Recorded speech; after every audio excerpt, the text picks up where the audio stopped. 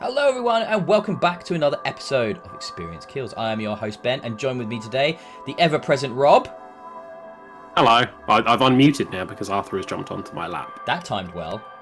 Hey, Yes, Arthur, and the ever-present Arthur, I should say as well. Rob's exactly. constant companion and feline friend of all time.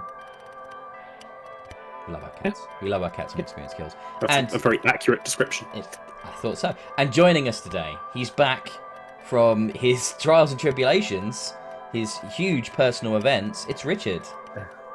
The semi-present Richard. Hello. Have you recovered from your very busy period there?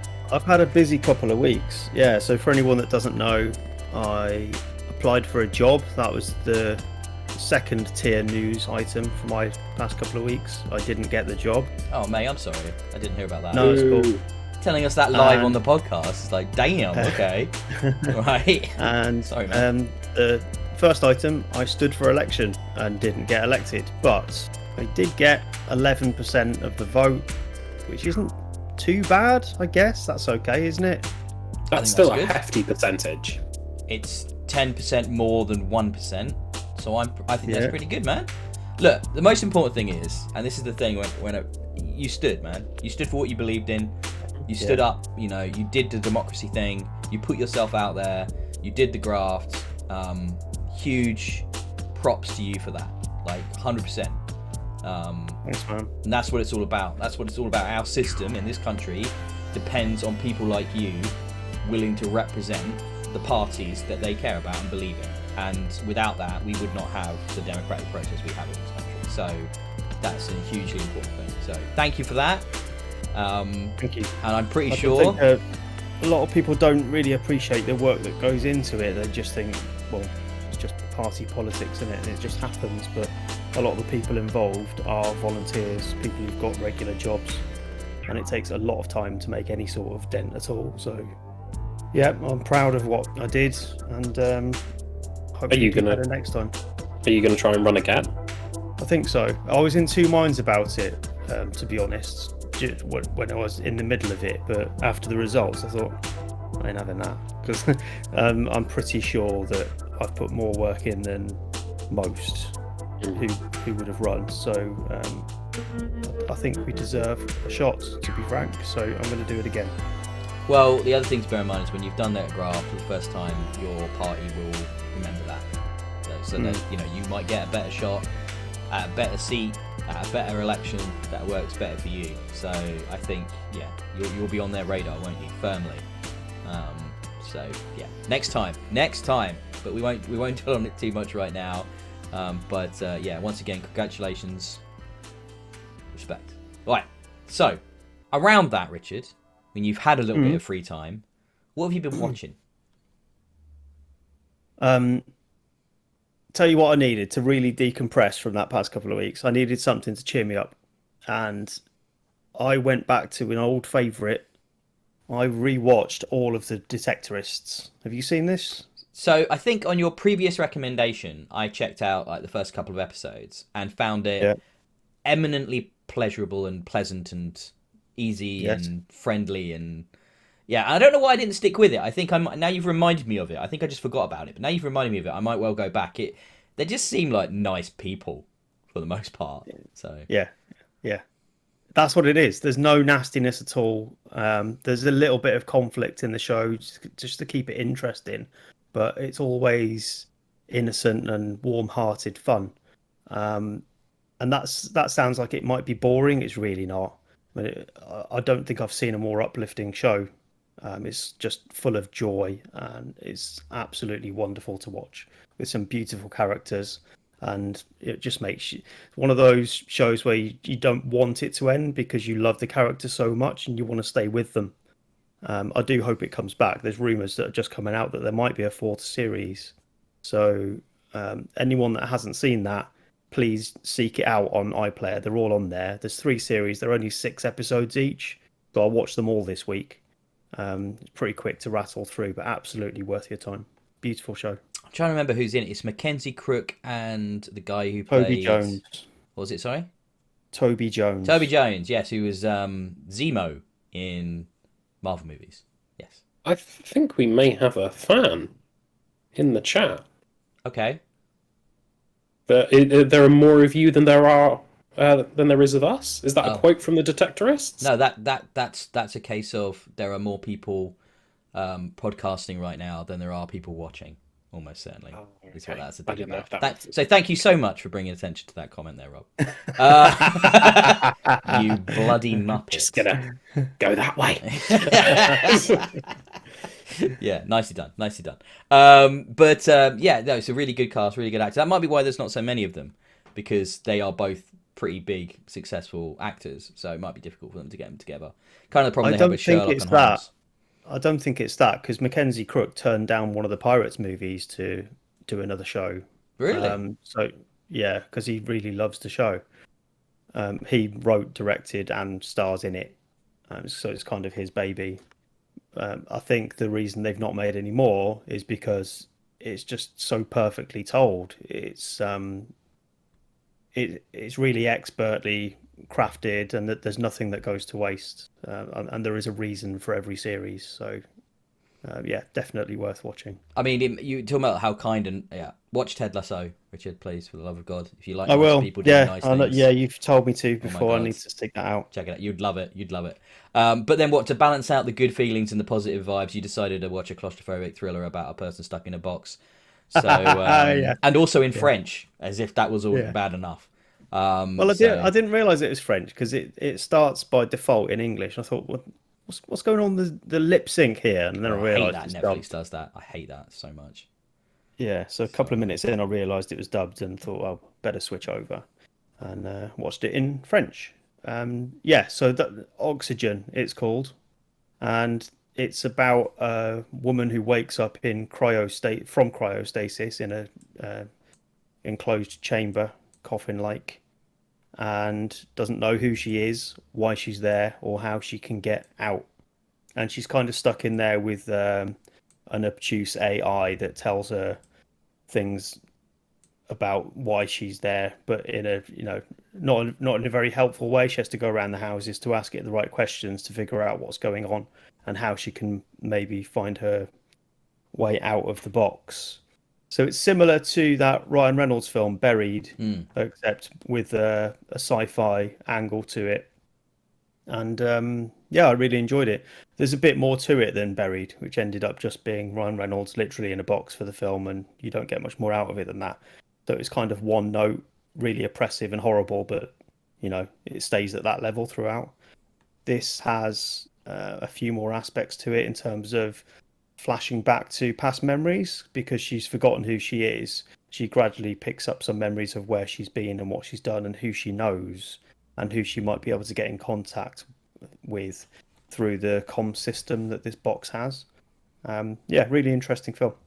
And then not too long either. So if you've got a quiet gap in an afternoon, it's worth just putting that on.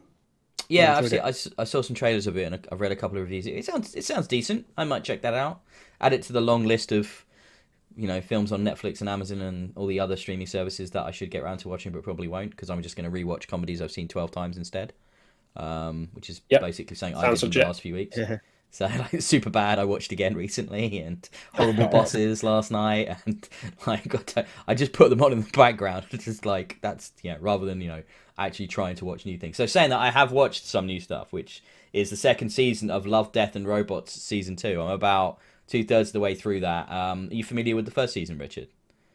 Yeah, so it's animated shorts series of shows, isn't it? Yeah. All on those themes of love, death, and robots, but individually crafted and differently stylized episodes. Yes. So an anthology series, and the first season really really impressed me, where it was definitely more hits than misses, and I really really enjoyed it a lot. And yeah, second season is the same, really good. Like some of the CGI like animation. I just watched one which was Snow in the Desert, and Mm. it blew me away. Like the best looking CGI animation I've possibly ever seen. If you're talking about trying to be photorealistic, look real, look human, it truly was mind blowingly good. Like, and We you can don't see hear a lot why. about that now, do we? I mean, do you remember that was big in the 90s and early 2000s where Mm, you'd get events, these CGI events, and yeah, it'd be cool to stuff like Final Fantasy and Yep. Spirits Within. Yep.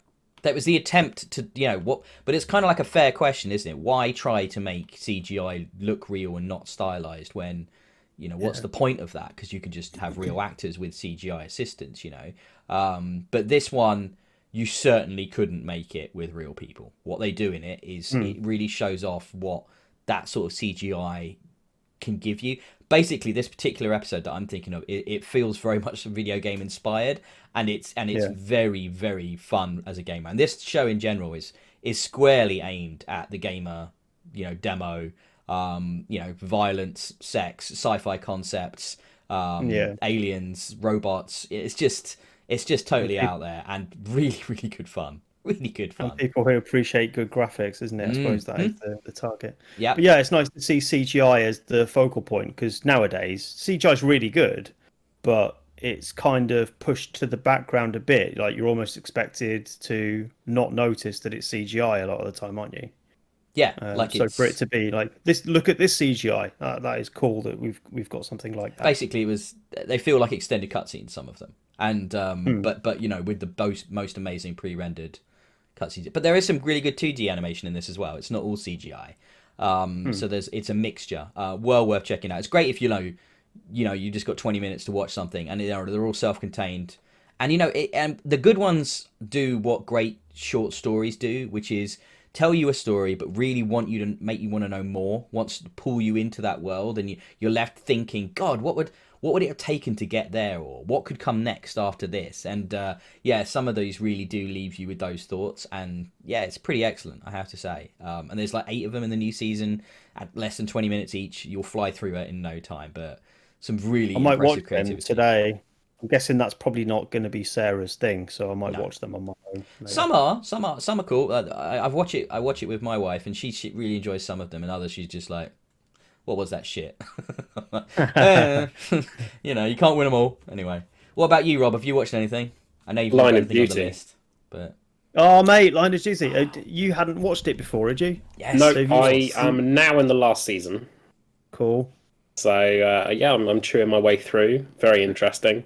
I know what's gonna happen at the end and who like the identity of the last H is and Oh, all of no. that. Yeah, the internet spoiled it for me. But I'm intrigued to see. Clearly, Arthur's not interested. I'm intrigued to see how we get to that, and to have my own views on it. So it's I'm going to interesting. be really curious to talk to you about your thoughts on where that final season lines up with the others and stuff like that. Yeah, I've already noticed it's gone downhill a bit. it suffers from like It's- where do you go with it, isn't it? Like this season really struggled after the Hastings storyline in 5. Like where do you take it? Even that was downhill compared to where it had been before. Them just feeding Hastings as this bad guy when actually it wasn't. And it's just like, really, this is such an obvious misdirect. I love it. I was working hard there not to make any spoilers, and you dropped one straight away. So What? because you just went, "Well, Hastings wasn't a bad guy." Well, nobody needs to watch season 5 then. Good stuff. Nicely done, Rob. So like, you flipping muppet. Like this huge spoiler, humongous spoiler. Maybe he is. There was a season 6. Yeah, you can't dig yourself out of that hole. But yeah, probably it's an I incredible piece of TV, and I think there's some inconsistency, but it's 6 seasons long. Of course, there's going to be. But for the most part, what an amazing thing for the BBC to produce. Like incredible that they can It is, still make yeah. TV that good.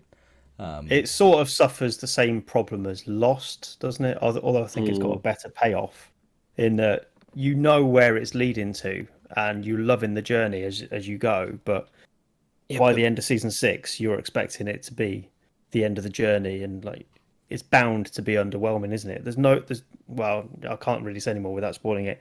But The difference between here and Lost, well, Line of Duty and Lost, is the fact that the creators of Line of Duty haven't turned around and said, the thing that you all think it is, it's not that thing, we promise! Oh no, wait, we were yeah, wrong. We haven't had Didn't people like in season 2 say it's purgatory then, isn't it? And they were like, no, Yeah. no, it is. Sorry, we just lied. Yeah, it totally is. Yeah. So Well, to be fair to them, they didn't know when they were writing season No 2 idea. that that's what it was. But you say that, but interviews at the time said they did have a plan, and then he was just lying. Clearly, No way. The audience will love this if we deceive them. Idiots. Anyway, is it better or worse than the last season of Battlestar Galactica? I have so many issues with that last season of Battlestar Galactica as well. Never seen Battlestar. Oh, Rob, you'd love it. Oh my god, that's your next one. Oh my god, Rob, I can't believe he's never seen it. I'll lend you the Blu-rays, Rob, if it's not streamable somewhere. They're all on Netflix. You'll get those back next decade. Oh yeah, it's true. So you don't watch things. Though you might get hooked into it in the same way as Line of Duty. Honestly, it is that compelling. I'm sure I'll be able to find it somewhere. But shall we get on to the news? Yeah, I was just going to say, let's do it. Richard's going to kick us off. Right, yeah. I've tried to spice this news up, guys, because Fuck off. I'll let you behind the curtain. Fuck Ben off. and Rob they just fill it with nerd shit all the time. It's Hang on. fantasy, RPGs, card games. Fucking I haven't put part-timer. a Fucking single- part-timer shows up and starts chucking out. What the fuck, man? I can't even. I think we need to Part-timer, reassign some of his news stories, Ben. bi-weekly boy here. Jesus. Go on then, Richard. Well, Be cool. let's bring it back. Some fresh vibes with the news for once. Although it's not exactly fresh. I'm gonna tell you a little story about Sega, because Sega have recently been talking about what they're going to do with their old franchises. Sell them. And when I say talk, the source of this story is quite dry. It's kind of a shareholders and investors presentation talking about what's performed well, what's going to be selling in the future. But there's one particularly interesting slide amongst this pack where Sega are listing what their popular IPs are and what's been popular in the past and what they might do with them.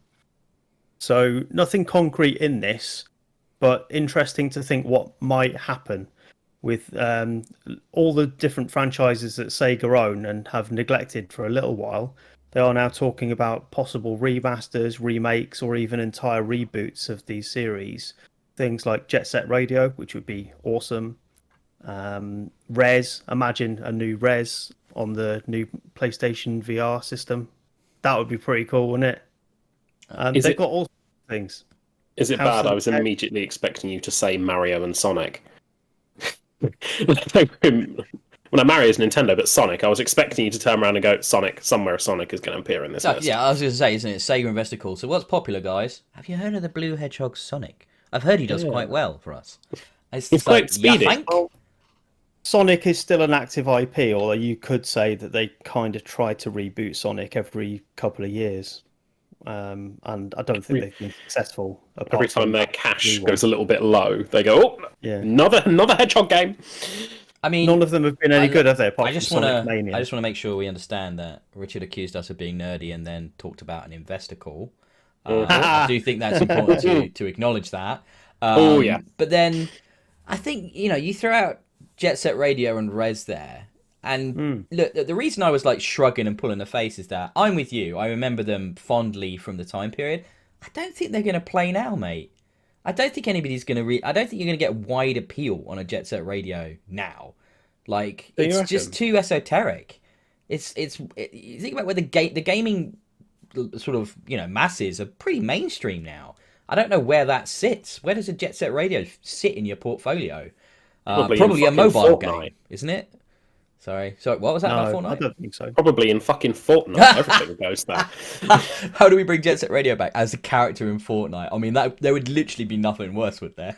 I mean, Richard would literally be spinning with anger.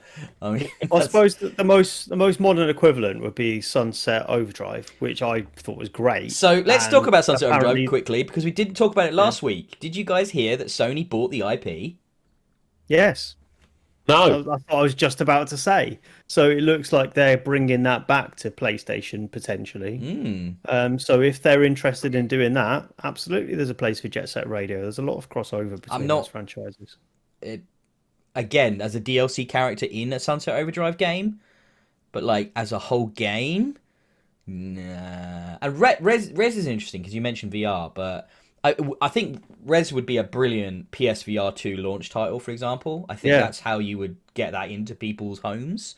Yep. Something that took advantage of the new controllers, of the new inside-out tracking, and all of the technology Well, they're going to bring to PSVR 2. Res was re-released Was, yeah. and had new content for the original PSVR in the Area X segment, which was great. So yeah, I reckon there's an opportunity there for them to do the same with a sequel for PSVR 2. But you know, there's loads of stuff in Sega's back catalogue that could be redone. Sadly, their track record in rebooting stuff is not great. So we've had Panzer Dragoon in the past year. There was a remake of that, wasn't there, for Switch? Was it on anything else? I think And it came I out. didn't play it. Did it not come out wide? Did it come out Xbox? Don't know. I only saw it on Switch and thought, well, if the whole point of it is that it's jazzed up for modern consoles, it doesn't look particularly jazzed up. So what's the point? And Panzer Dragoon was always one of those that lived on the quality of its visuals. It looked great at the time. So a bit disappointing in that. I'm trying to think of other Sega IP. Didn't they? And that was terrible. Choo Choo Rocket. Yeah, that'd be good. These game franchises, I have never heard of these things.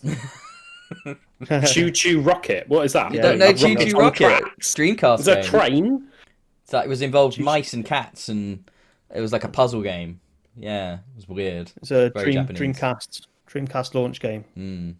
Trying to think of anything else, Sega? Virtua Cop? Yeah, Virtua Cop. You have to bring light guns back in some way, though, for that to work. The new How that Xbox works. Series VR. X title, Virtua Cop. Virtual Cop on VR. That could work. So got some options, but I don't know, man. Interesting how all of your suggestions have been for VR, and you're not particularly fond of VR. I just think it. Yeah, I'm waiting for it to become a thing. That's, I guess, is my thing. I'm keeping an eye on it more now. Now that I've got a good rig, it's like if something shit hot happens, I'll jump on. But I'm just waiting. I'm waiting for the next wave. I'm waiting for the next to see if there is a next wave actually, kind of innovation in that space. But I don't know, man. Your Sega love of yore shows your age and how niche it is. I think, my friend. So other than Sonic, pretty much dead, isn't it? Let's be honest. Oh, I don't know, mate. I think there's still plenty of old school Sega fans who would love to see some of this come back, get some of the glory days back. Yeah, but is that financially viable for those 6 people? Do you know what I mean? It's like, I mean, I agree, those 6 people would be well up for it, but like, I'm not sure you can make a game for 6 people. Do you know what I mean? Limited edition, several £1 million each. Yeah. So, for development. I think you'd have to. I think you'd have to like really.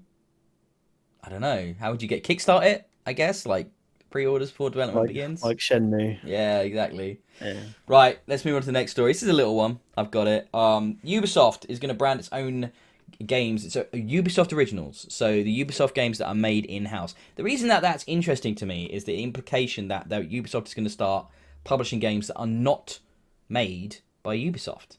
So it sounds like they're going to be opening up a publishing wing for more than just first-party titles from within their own studios. Otherwise, why would you have branding like that? So I think that's really curious to me, because obviously you see people like the CD Projekt Reds now, and more of these sort of second and third tier publishers opening up wider to sort of bigger products. Look at what THQ Nordic does, for example. So they're putting their publishing all over the place and all kinds of titles. So I think there is a lot of these sort of double A and triple indie games that are looking for publishing and looking for publishing opportunities that aren't necessarily just self-publishing, because that can be quite an expensive avenue to go down depending on how big you're trying to release. And maybe that means Ubisoft is going to open up in that space in Europe and stuff like that, which is cool. Anyone? I think that's cool. I didn't take that view from it. I mean, my initial response to this story is a bit more cynical. Of course, because you hate Ubisoft, so I'm not surprised. I don't hate them, but obviously I've got a problem with them for all the things. Hate them, but if they were on fire and I was holding a fire extinguisher, I'd throw it over a cliff. No, I was thinking it's really just branding, isn't it? And I don't know. To me, it made it sound like they're leaning too hard away from what they know about their own games, which is that they are not original. and this is Oh, something. really? Come Yeah. on. Ooh. You talk about Ooh. cynical. This isn't cynical. This is just downright myopic, mate. Come on. Yeah, What are you but that talking? would I mean, imply come that on. they would Holy have to have an shit. impression of their own content that is actually balanced and holistic, and they clearly don't because they keep Yeah, doing I what just they love the do. idea of some internal group that's looked at the Ubisoft games and gone, well, they aren't original, but we need to convince people that they are, so let's put that on it instead. That's It's way too like, much holy self-awareness. shit. This is Holy shit, purely man. marketing, and they're probably going to try and buy some studios. I think it's because they're going to publish others. I think they're gonna help. They're going to publish other, game developers. For a I'm not fee. sure. But I that's think what I think it means. they want to sell themselves as kind of a cool publisher, don't they? It's like Rockstar do. Rockstar put on their games a Rockstar game, don't they? Something like that. I don't remember, but no, I think it's more to it than that. Rockstar obviously isn't published by Rockstar, so they're published by 2K. So it's not like they self-published, do they, Richard? So, I mean, this Oh, I is don't know. different. Yeah, they're Have I made a boo boo there? Rockstar are a 2K Yeah. joint, yeah. So Okay. it's one of the things that keeps them in business. Yeah, I think this is opening up. I think this is opening up their offering. I don't know. It just feels like, because this isn't necessarily a bad thing. It works for them, doesn't it? But a lot of Ubisoft games are built on the same tech and the same ideas, just with a bit of different window dressing. That's great for the people that enjoy them, but I don't know. Maybe they are slightly aware that they need to differentiate their titles a bit more, and this is a way of doing it. It's kind of like what the Conservative Party does in a way, because they normally tell people how great they are at something that they know that they're bad at. I don't hate Ubisoft, but I'm now going to draw an equivalence between them and the Conservative Party. Just to be clear, I don't hate Ubisoft, though. Just to be crystal clear on this one. Let's move on, because I don't think I'm winning anybody over with this story. Richard, you've got the next one. Yeah, next one is not news so much as a continuation of what we know. Sony expects stocks of PlayStation 5 to struggle for the foreseeable future. And Well, shortages I to think continue. the news is that they've pushed back what they were saying about 2021 into 2022. So, they were saying, oh, this time, summertime, Q2, Q3, things will be better. They're not. So, I think that's the news.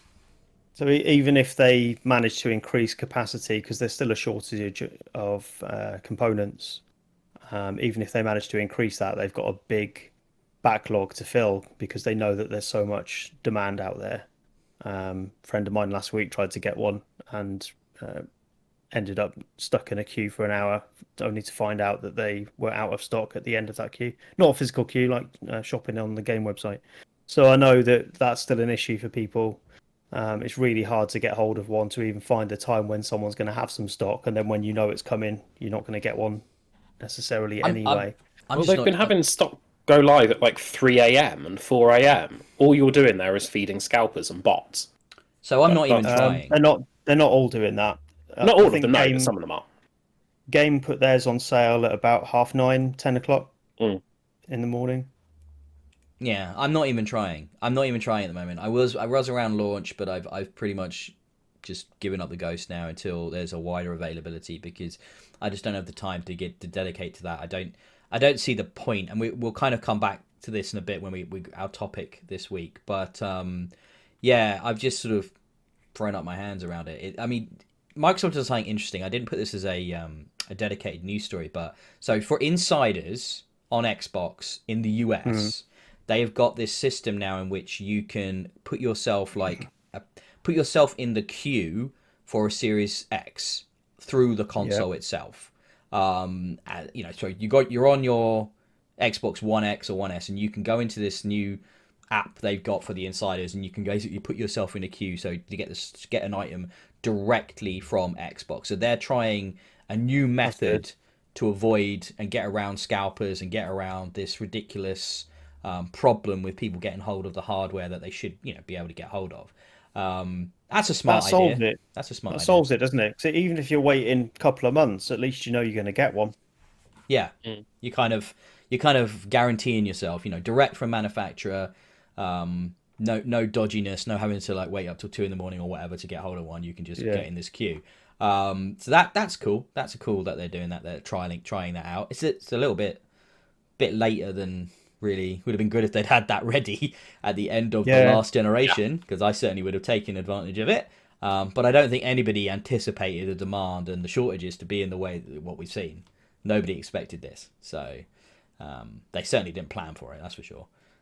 But yeah, we'll probably touch again on that in the topic. So yeah, but yeah, I want a PS5, but I guess I'll wait till next year. That's fine. Okay, next news story. This won't be a long one. Did either of you guys know, Rob? Why am I even trying? I'm not going to ask Rob. Richard, did you watch Stargate back in the 90s? Yes. No. Rob has seen Stargate? You weren't alive in the 90s. But I was, for a start, 92. Oh, Jesus. I feel so The Stargate SG-1. I used to love it when it was on Channel 4 on a Sunday afternoon. Holy shit. Okay, I'm sorry, Rob. I apologise. I just assumed you had never I haven't seen watched it SG-1. religiously, and I don't follow like the main narratives or anything like that. Whenever it was on, I would watch it because it's really cool. It's fun. Great central cast. Good chemistry between them. Alien or, thing of the week, but then there's some serialized storyline as well. Teal'c is the best character ever. Sorry, who? Teal'c. Gotta love Christopher Judge. Also Kratos from God of War. What a dude! Oh, really? Yeah, he's the voice of Kratos. Really good guy. Really fun guy. He's not like Teal'c at all, from what I've seen. So very humorous, very easygoing guy. But basically, there is a new Stargate SG-1 based RTS on the way from Slytherin, who were quite known for their war games and RTS games and stuff like that. And the Harry Potter house. Is that a thing? Slytherin. Okay. Oh. Slytherin? Oh God, no. I thought that was the name of a game, Harry Potter House. I didn't connect there, and now I hate myself and you for doing that to me. But yeah, it's the announcement trailer shows nothing except a gate graphic of the portal being created. So no idea what the gameplay is or how they're going to do an RTS around Stargate. But I can see how that would work. That's totally viable as a property for an RTS. But yeah, I'm super up for that. I have really fond memories of Stargate. I really liked all of the properties, including Atlantis and Universe and everything they've done with it. But they've tried to get the thing that I thought was interesting off this news story. They've tried multiple times to get Stargate properties off the ground in video game form and never actually been able to do it. So maybe this is the one that actually comes out and gets made. These guys, I think are also working on. I'm excited. I want to see a Stargate SG-1 game. I really do. And also, another reason I like Stargate... You along with the other 6 Stargate fans. I think there's probably more Stargate fans than there are Sega fans, Richard, but anyway. You reckon? Yeah. But one of the other reasons I love Stargate is in the later seasons, Ben Browder comes on and Claudia Black, and they join the Stargate crew because Jack O'Neill and Samantha Carter, those characters leave. But Ben Browder and Claudia Black are from Farscape, which is one of my all-time favourite TV shows as well. So it's just nerd nirvana for me at that point. So I'm well happy. This story to me screams XCOM clone or XCOM-esque thing, where you have a squad where you go through the portal, you do recce's, you engage with Jafar. I absolutely agree with you, but that's not an RTS. So I don't think Slytherin would call it an RTS, and I don't think Slytherin would make that product. Knowing this developer, knowing this publisher, they make proper RTSs and war games. So I think this is going to be more of an isometric, maybe small units RTS, like maybe not base building, but I do think it'll be top down rather than sort of that third person sort of thing we had with XCOM and games of that ilk. And also there's loads of clones of that now off the back of how well XCOM did. There's like Phantom Doctrine and there's Wild West versions, and there's like none of them are as good as XCOM though. So I just don't bother with any of them. Just the XCOM games are flipping excellent. So I'm really hard and punishing and great for that. Actually, I really like them. So, but anyway, it's a little story. We'll keep an eye on it. We'll keep you updated with the news of that as and when it comes out. But I'm hyped for that. Bring it on. Bring it on, Slytherin. Good luck to you guys. Who's next? Richard's got another one. Keeping the theme of old stuff, because we're all old men. Xbox Series X and S has a new dashboard theme. Not an exciting story on the face of it, but it marks an important occasion. That's why I gave it to you, Richard. 20 years of Xbox. Woo! The And enthusiasm. we've been there from the start, haven't Day we? one, me and you, Rich. Yeah. Day one. Little bit. I guess this must be 20 years from around the wide release of the console, because I remember it was out in November in the US and it came out in March in the UK. So I guess they've started this initiative off where everyone in the world was able to get hold of an OG Xbox. And I remember it was my first day one console. I saved up with my own money, my first time buying it with my own money. And I remember going into a little independent game shop in my hometown, picking it up, Halo, PGR, and I've never looked back. It's been my kind of my gaming home since then. Really, it's what got me into video games properly and hardcore. And we've obviously talked about this a few times on the podcast and the site, how it connects to us as our roots of covering games and talking about games and the opportunities it gave us and the things we've been able to do. But it's all off the back of Xbox for me. Like I wouldn't be doing this right now if it weren't for Xbox. So No, same. Can't give it enough props, really. It was a 360 that cemented it for me, because I came on board during the 360 because my first console was the PlayStation 2 Slimline. Good console. The really little one. Yeah? Yeah, the really slim. Thing is upsettingly small. It's like, how does this work? It's almost too big. Almost too small, I should say, to connect the controller to it. The ports are almost too big. Yeah. They look weird on it. It's such a weird console. I love how tiny that thing is. Yeah. OG Xbox for me. I remember having, before it came out, I was so hyped. I remember having in the official Xbox magazine, like launch edition of the magazine before the console came out, and it had like a lithograph of the console, just a picture of the hardware, but like cut away so you could see the insides. I had that on my wall, like counting down the days. Mate. I had that on my wall in my bedroom in my house. I lived at home. I was so hype. Oh my god! Next to all the half nudie pictures that I always get in trouble with my mum, in trouble with my mum for having on my wall. Next to them, I had the Xbox. Yeah, so it's an insight into my bedroom from age 16. So Video games and half-naked women. I mean, that seems fair, doesn't it? That's probably pretty standard, yeah. Musicians and stuff, that's what you did. Normal. Yeah, that's pretty normal, especially back in the 90s. So if you want to go back to those days, you can get this dashboard theme, which replicates the original operating system of the Xbox in all its green glowy glory. Well, I've got it. Right, it's in Insider. I'm hoping it's going to go wide. It's good, but it doesn't have the sounds. Do you know how it would talk to you with the weird background noises? It doesn't have the sound. No, it doesn't have the sounds. And it just sits there with the kind of the glowing greenness just undulating. So it's not as maybe accurate as you'd hope. But my favourite thing about that is I don't have it to hand, but I have that original, the Duke they re-released. And when you push the button in the middle of the Duke, they made it into a button. It has the animation of the boot up. And the whole thing played. That's amazing that they've got that on the controller. Oh, we've lost you, Rob. Okay, question. He's back. What the fuck's the Duke? The original. Do you remember the original Xbox had the most oversized controller you could ever imagine, and then they redesigned it. Well, it did. The original controller was absolutely huge. No. And about a year into its life, they redesigned it so it was more human-sized. The Duke is the re-release of that original controller for current Xbox consoles, and Ben has one. Just not to hand. No, it's somewhere in this shelving unit here, but I think I'd have to move a whole bunch of shit to get to it. So I did look into it then. Pretty cool, because on the original one, it had this huge. It had like a badge on the front where it was like literally a piece of paper, wasn't it, behind some under a jewel, under a bit of plastic, yeah. Yeah, and it just said Xbox on it. But on the re-release, they made that an LCD screen. And it's got like the proper Xbox boot up animation when you turn the controller on. It's the most unnecessary and yet awesome thing. Like, this controller was mad. This controller is so ginormous that when they redesigned it and it came, the redesign originally started in Japan because they were like, Christ, those Japanese have really small hands. We're in trouble, right? So it's like they then gave them this cut down version of the controller, which was the beginning of, you'll see, the design philosophy into the 360 controller and what we have today. Yeah. And it was.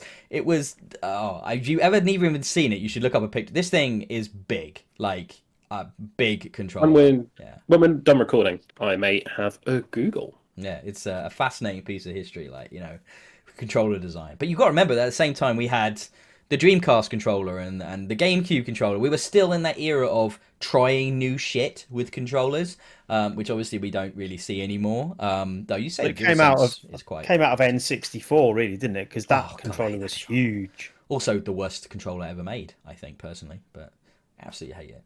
But yeah, I think we'll touch on this 20 years thing again in the future when they're doing stuff for it. The giveaways have got FanFest. They've got a sale on the Xbox right now, drawing attention to some of the big titles that are available on Xbox One that from way back when all the way up to the current day.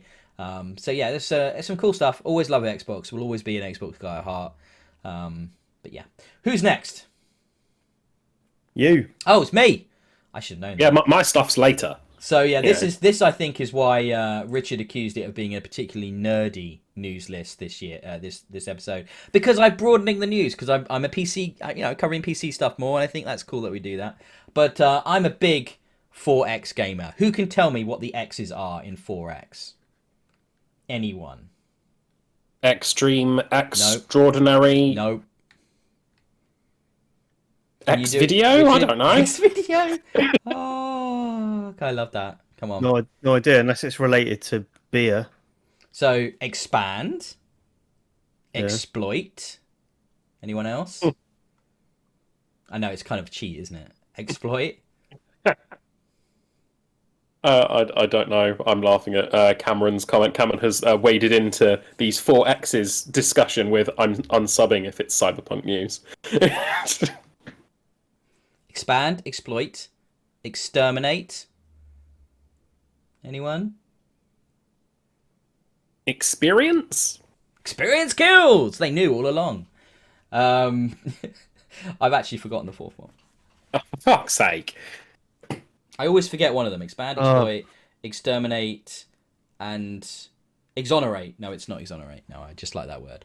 But it will come back. This is great radio. I know, it's great radio. Keep great guessing. video. Yeah, Yeah, what's another word with EX in it? No, let's not do that. But anyway, the reason that I wanted to talk about this is Galactic Civilizations 4 has been announced with one of the granddaddies of the 4X genre, and basically they're making it bigger than ever. Now, if you care about this franchise, then you'll know all about this, and you look into this. But if you've been playing, your Stellaris's, and if you're a bit of a Civ fan as well, you'll have some connection to this sort of universe and these types of games.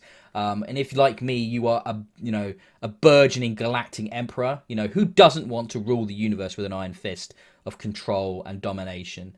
Then this is for you. Galciv 3 was not the best, so I'm hoping Galciv 4 will double down on some of the elements that were better in Galciv 2 and take us into some new directions. Well, they've said the biggest galaxy they've ever done, which is going to be ridiculously humongous. But I think at that I will leave it, and instead of going on and boring you all to tears, because I personally love these games. Instead, I get to bore everyone to tears talking about trading card games. This isn't.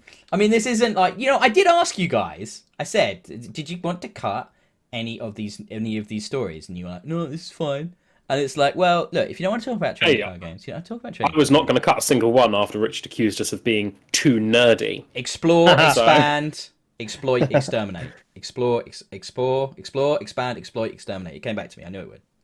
Okay, I'm going to go with various different other X-related words. Anyway, so the next story is that in Target and Walmart in America, Pokemon cards are being pulled from the shelves due to safety concerns.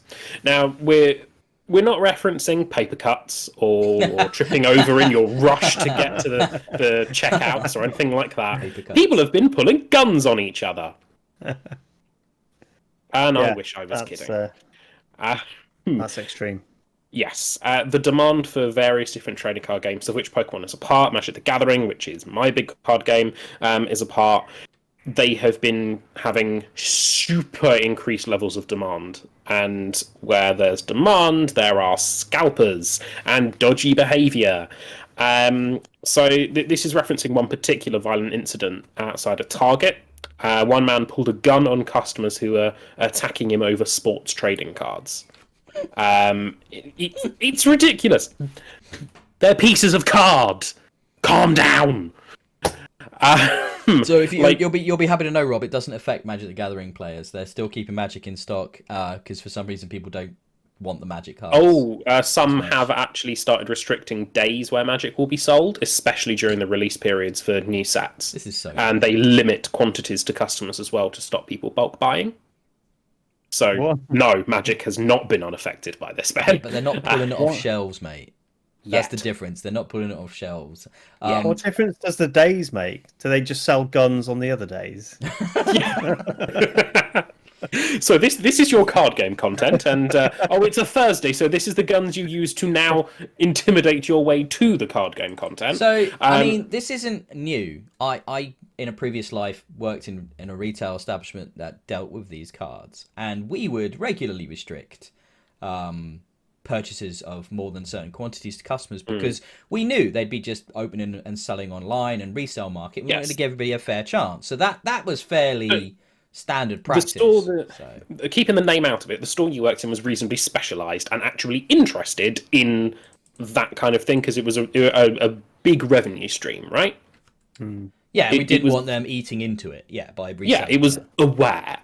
This is the equivalent of Asda taking these actions. Yeah, they pretty crazy. Don't have that sort of knowledge. I think though I've read comments by Matt, like, you know, they've been getting more knowledgeable. Put it that way, like they've had to. Oh yeah, right. So it's they've had to now. It's insane. It's insane. Like this is off the back of a few things. Like so the explosion of YouTube channels dedicated to, you know, opening this stuff and like the resurgence and the nostalgia around it. Lockdown has driven interest again into these areas. But also, yeah, because of the prevalence of the scalping mentality off the back of the new consoles and that, which has come across from the sneakerhead sort of scene. Now everybody's looking, how do we turn a quick buck? You know, people are in financial, you know, stress right now. A lot of people are struggling. So if they can find a way to make some money quickly and relatively easily in a world in which, especially in America, where they're not necessarily going to be getting the support that they need, then you can't fault them. You can fault them when they get violent, of course, and pull a gun or a knife or start beating people up. I've heard they were like ripping into cereal boxes and where there was promotional cards inside and stuff and destroying them to get the cards and all of that crap, which is just bonkers. Like, and then was it that there was some kind of... You can fault them though when they're scalping these things. So you say scalping, but that's just reselling, yeah, right? So that's a resale market, right? So you call scalping is a way of making it sound horrible. No, but no, it's just scalping capitalism. is reselling it at a significantly inflated cost because of scarcity, which is what's happening with these trading cards. But if people are willing to buy at a significantly inflated so you're cost, justifying scalping when it comes to other such items like games consoles? I think the problem is, at the end of the day, it's not necessarily the person at fault. It's the fact that the system allows it, right? So if you don't want scalping to happen, you need to find ways of distributing your product that disincentivizes the scalping. I think we should now put a nail in this and move on. Because otherwise we're going to be here for 2 hours debating politics. I think and the wider issue is... as fun as Experience Kills Does Parliament would be, I think we should carry on with the video game news. Tell me, Ben, what's coming to Game Pass? Was that me? Tell me, Ben, what's coming to Game Pass? Dungeons and Dragons Dark Alliance is coming to Game Pass at launch in June. Coming immediately to Game Pass. So that's pretty cool. That is, we're getting that as part of your Game Pass subscription, and you will not have to purchase this separately. Another big release that's been nailed down by Microsoft. That's kind of cool. I mean, what is it? Because to me, I don't know what it is, and I'm just hearing Dungeons and Dragons, and I'm thinking blah. So what is it? It's it good? A 4-player co-op action role-playing game.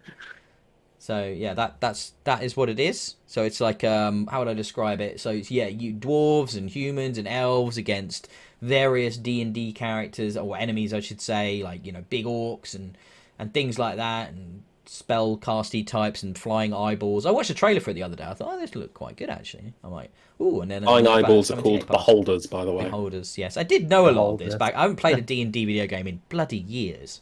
Yeah, it looks good though. It looks good. I have D&D books right there. So I'm very much looking forward to this. There was a game called Eye of the Beholder, wasn't there? Which is weird, if the beholder is an eye. Well, yeah, because it's a term, isn't it?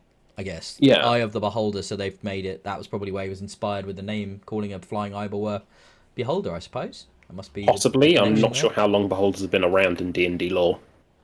I mean, the term Eye of the Beholder is very old. So Yeah. Yeah, I'm just thinking of the game because I'm sure that was a D&D sort of game. Anyway, looks fun though, and the fact that it's Indeed. included, I'm quite looking forward to this. Necromunda is what's come onto my radar. I was talking to Rob about it the other day. Another. It's not D&D. I don't know why I jumped to from D&D to that. Now I think about it, because it's Warhammer. But in my mind, Yeah. like Warhammer and that and D&D are kind of connected, but they're not. They're both. in it. It's all the same. You hurt me. They're both tabletop and to an extent RPG games. Warhammer less so than D&D. D&D is a whole other level of RPG. But Warhammer does have an element of strategy and that sort of thing, same as battles in D&D do. So they're vaguely related. They're also very much into the nerd culture, just to make Richard more annoyed at the amount of stories we've put in for this. I am a nerd. Like, just to be clear, I'm not saying I'm separate to you guys. I'm not cool. Hey, nerds are cool. 3 of us here are nerds. We agree. Nerds are cool. There we go. Problem solved. I mean, we must be nerdy. We just had like a half-hour argument about scalping. I mean, Christ Almighty. I mean, there's a whole nother level. Let's not flashback, for the love of God. So this week we had the new season of Destiny 2 drop. Season of the Splicer, I want to say. That's Yes, right. it's just about as memorable for me as well, Rob. So I have been playing a lot of other things. They didn't have the smoothest of launches to this season on Tuesday, unfortunately. They were plagued by lots of honeydew errors, which is just their servers being naff. they have the worst error code names. I love them! They are certainly what memorable. error code did you get? 00394/X9? No, I got error code Badger. It's brilliant! Okay, yeah. I love it! From that perspective. Okay. Yeah. But yeah, the release was very, very rough, and some unexpected features were turned on for the community.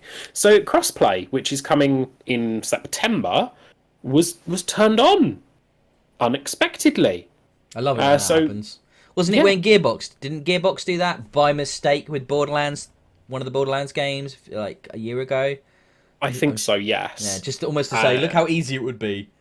Yeah, look, we pressed this one button and it all fucking worked. The problem with Destiny's one is that it's about 3 months too early, so it's not perfect. They have gone on the record and said, yeah, the experience you may have had is bad compared to what we've been doing internally. This is not representative of the final experience. Just don't. So it's good. It's nice that it's there. It's clearly parts of it are in the code already, so that's good. We've just got to get to the next season, which will be very good. The other sort of negatives that have come out of this season so far are through the armor transmog. We talked about this a couple of weeks ago. Talked about a fear of how bad this could be, and turns out it's worse. It's worse. So, as a quick kind of summary, to be able to turn any piece of armor into a universal ornament you can just apply on top of good stat rolled armor, you need to go through a process to collect 3 different currencies: synth strand to synth weave to synth cord. Through various. Don't ask me to back you up on any of this, because I still don't understand it. I'm the Destiny correspondent at this point. Yes, if we were a news network, Yes, getting synth weave and getting synth cord is reasonably simple. The problem is getting the synth strand, because it's time gated through gameplay. Yeah, didn't I hear it's like, what was the Every drop? half an hour, one will drop. I thought. What did I read about 2 minutes? Something about something not dropping. It drops no quicker than every 2 minutes. Is that a different one of the resources? That's I'm probably sure a I read different that. one. Like, it doesn't matter what you do, you couldn't make a certain thing drop faster than every 2 minutes. And there's another one that's every half. Oh no, I may be wrong. Whatever you do in game, however many enemies you defeat, synth strand will not drop more than once every 2 minutes. Which makes farming kind of a arduous task, to say the least. Yes, because you can't farm it. You basically just have to sit and wait. It's absolutely ridiculous. They found something that the community desperately wanted and have managed to fuck it up in every way possible. Which is kind of Bungie's MO, that they'll mess this up, and then in 3 months' time, or in 3 seasons' time, it'll all be fixed, it'll all be different, and it'll be so much better. So I'm just gonna I wait. mean, I tell you what though. What's the rush though? Like this is just cosmetic stuff. It's So cosmetics, but people have been waiting for a transmog system for years. no, I get that, but I mean, isn't it nice to just get cool stuff occasionally rather than want to blitz it all in one week? If you're going to do something to go, okay, I want to make this armor set, my armor set. This is what I want to do. I want to do this. Oh, I have to wait a fixed amount of time. Hmm. I can't just go in and do these bounties to earn this currency to spend it on this resource I mean, to do it. I don't know how about you, but when I finished the kind of initial quest lines for the new content, I had 11 of these things ready to go. That's Like, because they've given you what you would normally be able to earn in a season for free. okay, so hasn't everybody got that? Yes. So that's 11 transmogrifications you can do immediately. Yes. I mean, But then this I then is spent now. ages going through all my shit, like playing dress up. Like I must have spent about an hour dressing my guardian. Like The issue is, you were given that for free right at the start. yeah, Next season, that's not going to happen. no. Next season, you get nothing. Yeah, you just have the grind For being now. refreshed. I have a feeling that might change. Yeah, so do I. They do listen, and let's be honest, there were some numbers thrown out there, like time frames for doing stuff. I was like, what did I see? Like, help me out here. Remind me some of these time frames if you've got them. Because they were redonkulous, like in the years, weren't they? They like, Yes. time frames of years to get everything. It was about, I want to say about 50 years or something stupid. It was absolutely insane. But don't worry, you can buy it from the microtransaction store. And I'll be doing that too. Don't worry. Not happy. As is most of the community, there's been a lot of frustration based around this. So I'm assuming they will address this at some point, but I'm not sure how they're going to get their way out of that one. To circle back to the crossplay element of this story. Yeah. Did you guys, Richard? Have you been following Epic and Apple at all? We talked about it a bit on last week's podcast, but have you been seeing some of these stories coming out of that? So one of them was documentation about Sony's reason for pushing back so hard against crossplay. Did you see those comments? Oh, what's that? No. What we all expected, which was we want people to be locked into the PlayStation ecosystem and fuck the rest. Which was like, and you know, acknowledging that it was more than possible to do it. It wasn't hard to make it work. We just didn't want to let people. And then there's been so much gamer furore around it. They've now relaxed things a lot, and that's why we're seeing more and more games turning this on. But yeah, there's been so many stories. It's been impossible to keep track of them all. I think we covered about 4 or 5 of the bits of them, but there's been so many more than that, Richard. It's been absolute bloodbath. I mean, before we move on, I was just wondering if you had any comments on it, any takeaway yourself, because my concern is the ramification for the industry as a whole. It's always worrying to me when video games get litigated, and it's like, what shit are we going to have to deal with off the back of that? But I don't know what you've seen out of it, but. Yeah, anything at all before we move on? I've only heard about sort of tit for tat comments that have been made rather than anything substantial, you know. So I don't know what the outcomes are likely to be. When are we expected to hear anything from No idea. It's still in court, isn't it? It's still going. So the fact that they're going to rule on something. I guess this is probably the biggest video game related sort of legal case since Mortal Kombat, really, isn't it? Must be. Can't think of any others this size. No, I don't know. Can't remember any. I cannot recall myself. I will move us along then, as Richard has nothing else to add. He should have listened to last week's podcast. He should have. It was good. It was a good one. I was busy. There was weirdly, even though it was just the two of us, there was less arguing. Well, that's what happens when less personalities are involved. Anyway. So, we've got...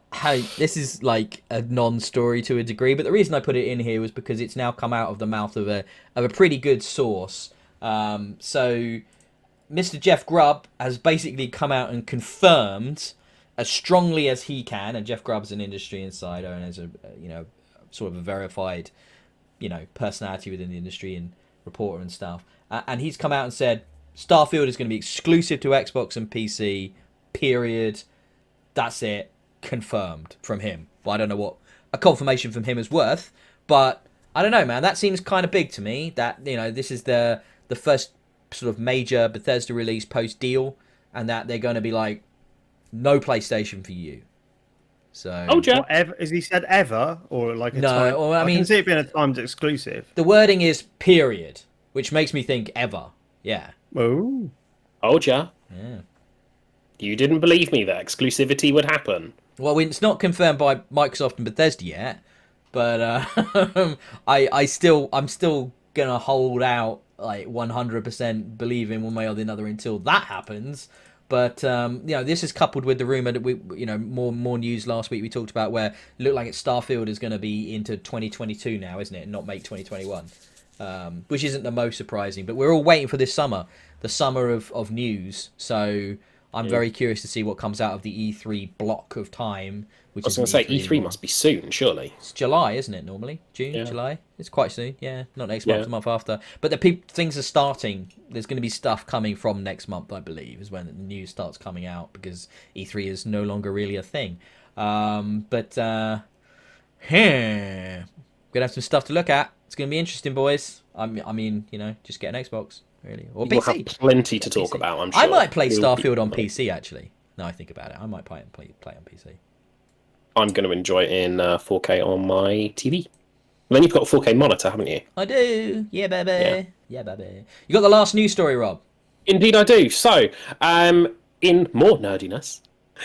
This is the nerdiest story yet. We're ending on the most nerdy story. Oh! Fuck off. No, we're Warhammer, not. Tower Defense. We've had a Yeah, Dungeons and we are. Dragons video game here. Come on. This is nerdier than that. Tower Defense and Warhammer. Do you want to just put some beards in it as well? I mean, Christ. Well, people are usually magnificently bearded, like myself, in Warhammer. So, basically, they did a gameplay reveal for Total Warhammer 3. This is Creative Assembly, who are a UK developer, which I quite like. They did a gameplay reveal earlier in the week. I think it was on Thursday. Streams and stuff can be found through various different community creators if you are curious about the footage yourself. And it showed off a survival battle, which is a new type of battle that you'll be able to do and take part in the new Total Warhammer 3 game that's coming out later this year.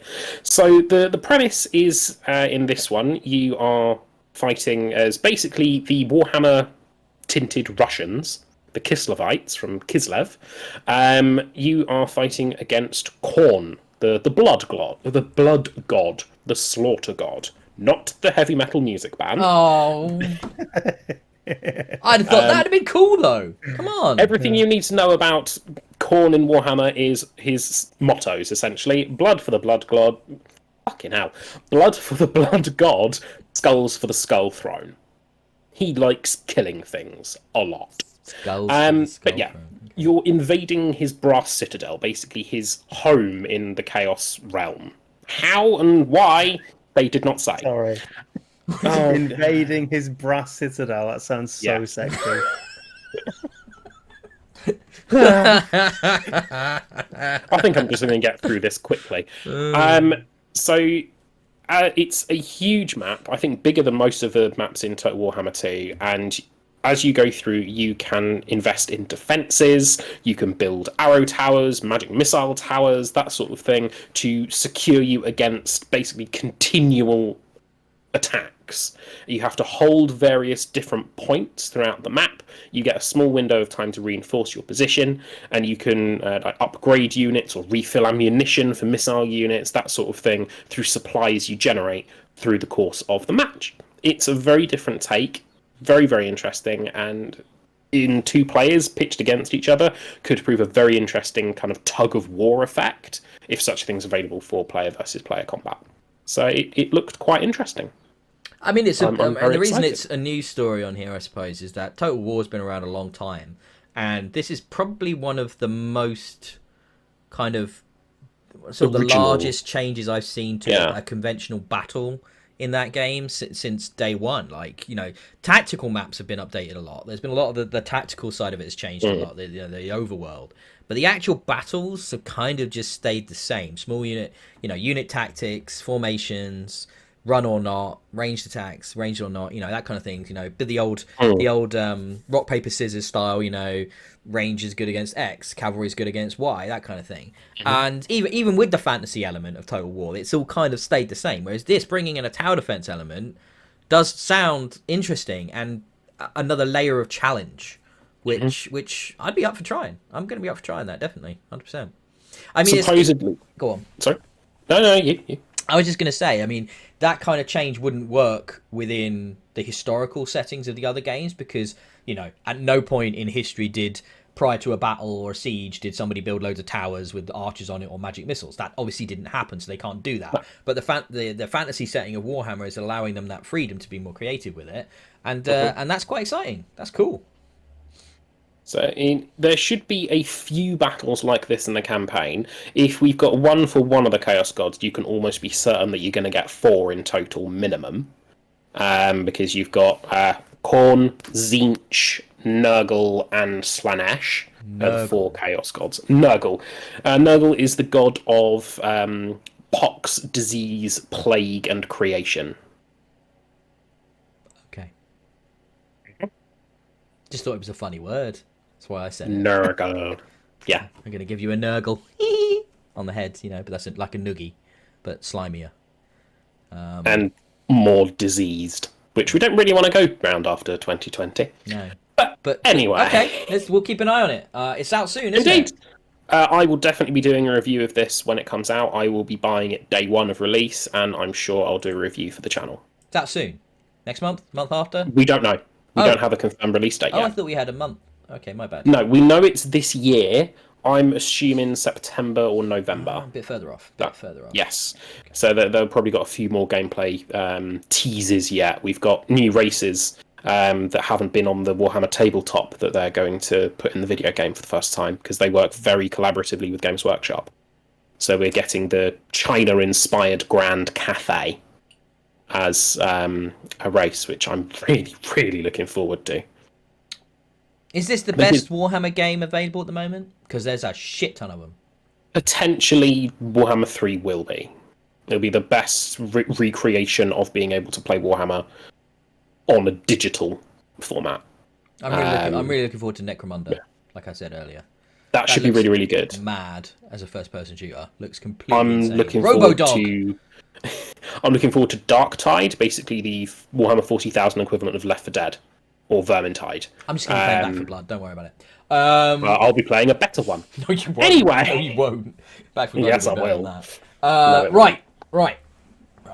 It's Richard fault we don't have a Game Pass because he was a very busy man, so we didn't do a Game Pass club this time. Sorry. We're going to do one for next 2 weeks, though, promise, which we'll talk about at the end of this. But he has come up with a topic. He wants to do a bit of a temperature check. How's this generation going after 6 months? So I'll let him lead it off. Yeah. Yeah, well, I just thought it'd be worth talking about. We are 6 months in. It was mid-November. We saw Xbox and PlayStation release their latest consoles, wasn't it? November, yep. So we are basically there half a year, and most people still can't get one. So, yeah, I just thought it'd be interesting to talk about how we think it's going from limited experience, I guess, because we don't all have all of the consoles. But that's worth talking about in itself. Mad to think that 6 months in you still can't get hold of one of these devices. So I think my main takeaway right now is, where are the games? Yeah, that's kind of the thing for me. It's like people are bemoaning shortages and scalpers, and we were just arguing about it a minute ago. But really, why does that matter? Because there ain't no games to play on them like that take advantage of this hardware properly, that are actually developed for these platforms. That you can literally put them on one hand for each console, right? And not even use all the fingers. So, like, I'm just trying to think. Xbox Medium is exclusive to S and X. Is that it? Observer Redux, if that counts. That's exclusive to S and X. It's a remake though, so probably doesn't. Bright Memory. That demo. That's not even the full game. That's a demo of a game that's coming. Yeah, the shooter. Anything else? Anyone? Bueller? No, Honestly, think that's it. Everything think else that is might be it. cross-format And This is- PlayStation. or cross-gen. There's a few more, yeah. So, go on, Rob. Oh, so this is kind of linking into my views on this. I don't really feel like I'm into next gen yet. No. So, But should we do PlayStation quickly? Returnal. Returnal and Sackboy. Demon Souls. Demon Souls. There's more, isn't there? Miles Morales. No, that doesn't count. Does it not count? That's Because on it's an expansion. Okay. Well, And it's on both as well. You can get it on PS4. what's that packing game? The one with the Astrobot? Astrobot. Yeah. Yeah. So there's Oh, more on PlayStation. Beyond Two Souls or something? Oddworld. That's what I'm thinking of. Oddworld, not Beyond Two Souls. Is Oddworld? I thought Oddworld was cross-generation. Could be I wrong. think it is. Could be wrong. Look it up. Bear with. But that's more like 4 or 5 compared to the 1 or 2 on Xbox. Obviously, Xbox has done an incredible job of, creating that pathway to pull across the older generation onto this new generation with enhancements. Last week we talked about the 70-odd titles that came to FPS boost, for example, and things like that, which is being enabled due to the new powerful hardware, and improving games. But it's not the same. Like, don't get me wrong, it's not the same as designed from the ground up. I mean, it's a clever trick, isn't it? They've made it look like that was the plan all along, to have no games and just provide continuity. I don't think necessarily it wasn't the plan. It was definitely part of the plan, but whether or not we should have had Halo part of the plan. So, I think it was like main plan over here, and then we have tiny little plan here. That Richard, Halo's cross-generational. Halo will not just be was never going to be just S and X. No, that's true. Yeah. So yeah, if we're talking Oddworld about is cross-generational. But I mean, that's their strategy, isn't Oddworld it? is. Thank you for confirming, Rob. Yeah. That's the Microsoft strategy, though, right? That they're not really gearing towards exclusivity on next gen. They're supposed to be about not leaving people behind. For now. So, for now. But for a while. For a few years, yeah, I think. Well, there'll obviously become a time where it's unviable to support the older platforms, right? But they're not keen to. They're not looking to get rid of things. See, I'm not sure. I mean, yes, but I think it's further out than you think, because so many of these games are now developed for PC as well. They're not console exclusive, so they have to be scalable due to the hardware available on PC. So if they're scalable for that, they can be scalable for the consoles as well. So I think you're going to see at least 3 or 4 years of cross-platform support from Xbox. Easily 3 or 4 years. Possibly the whole fucking generation, honestly. And we might not even see this step until the next generation. And I mean, that's kind of upsetting in itself to think about. This might almost be a generation could be written off. Skippable. Sorry? Skippable. Yeah, it could be, but it's got a lot of other factors, hasn't it? It's got the factor of the pandemic looming over all of this. So you there is a degree of free pass that you can give these guys to a certain level. But you have to keep asking yourself, why did these come out when they came out? They kind of had to. They had already been sort of delayed. So from a manufacturer point of view, from a console manufacturer point of view, they had to get these hardware out the door. But it's so weird. It's easily the weirdest generation I've ever seen. I mean, let me talk about something I do love about it though, right? I think the Xbox One S, Series S, sorry, God did it again. I will always do that. Is possibly the best piece of gaming hardware I've ever seen. It is how well it works for its price, its form factor, and the fact that it doesn't just feel like a last gen console. It does feel more capable, more powerful, and is as cheap as it is. I game way more on my Series S than my Series X.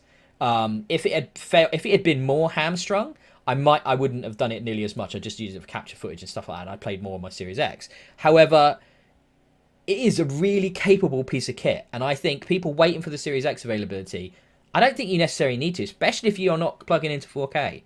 If you're not plugging into 4K, get a Series S. Seriously, get a Series S. They're not hard to get either, are they? They're They're regularly in stock. Yeah. I think the amount of time you spend gaming on your Series S as opposed to your Series X is down to other factors as well, because you are in the position to have both. You have the Series X set up downstairs on your main TV, and you have the S in your office where you spend a fair portion of your time relaxing playing video games. Yeah, So but I if you mean, had the your wife has X said up to there me, instead, the wife has straight you said to me, I can have the X up here if I wanted and switch them around.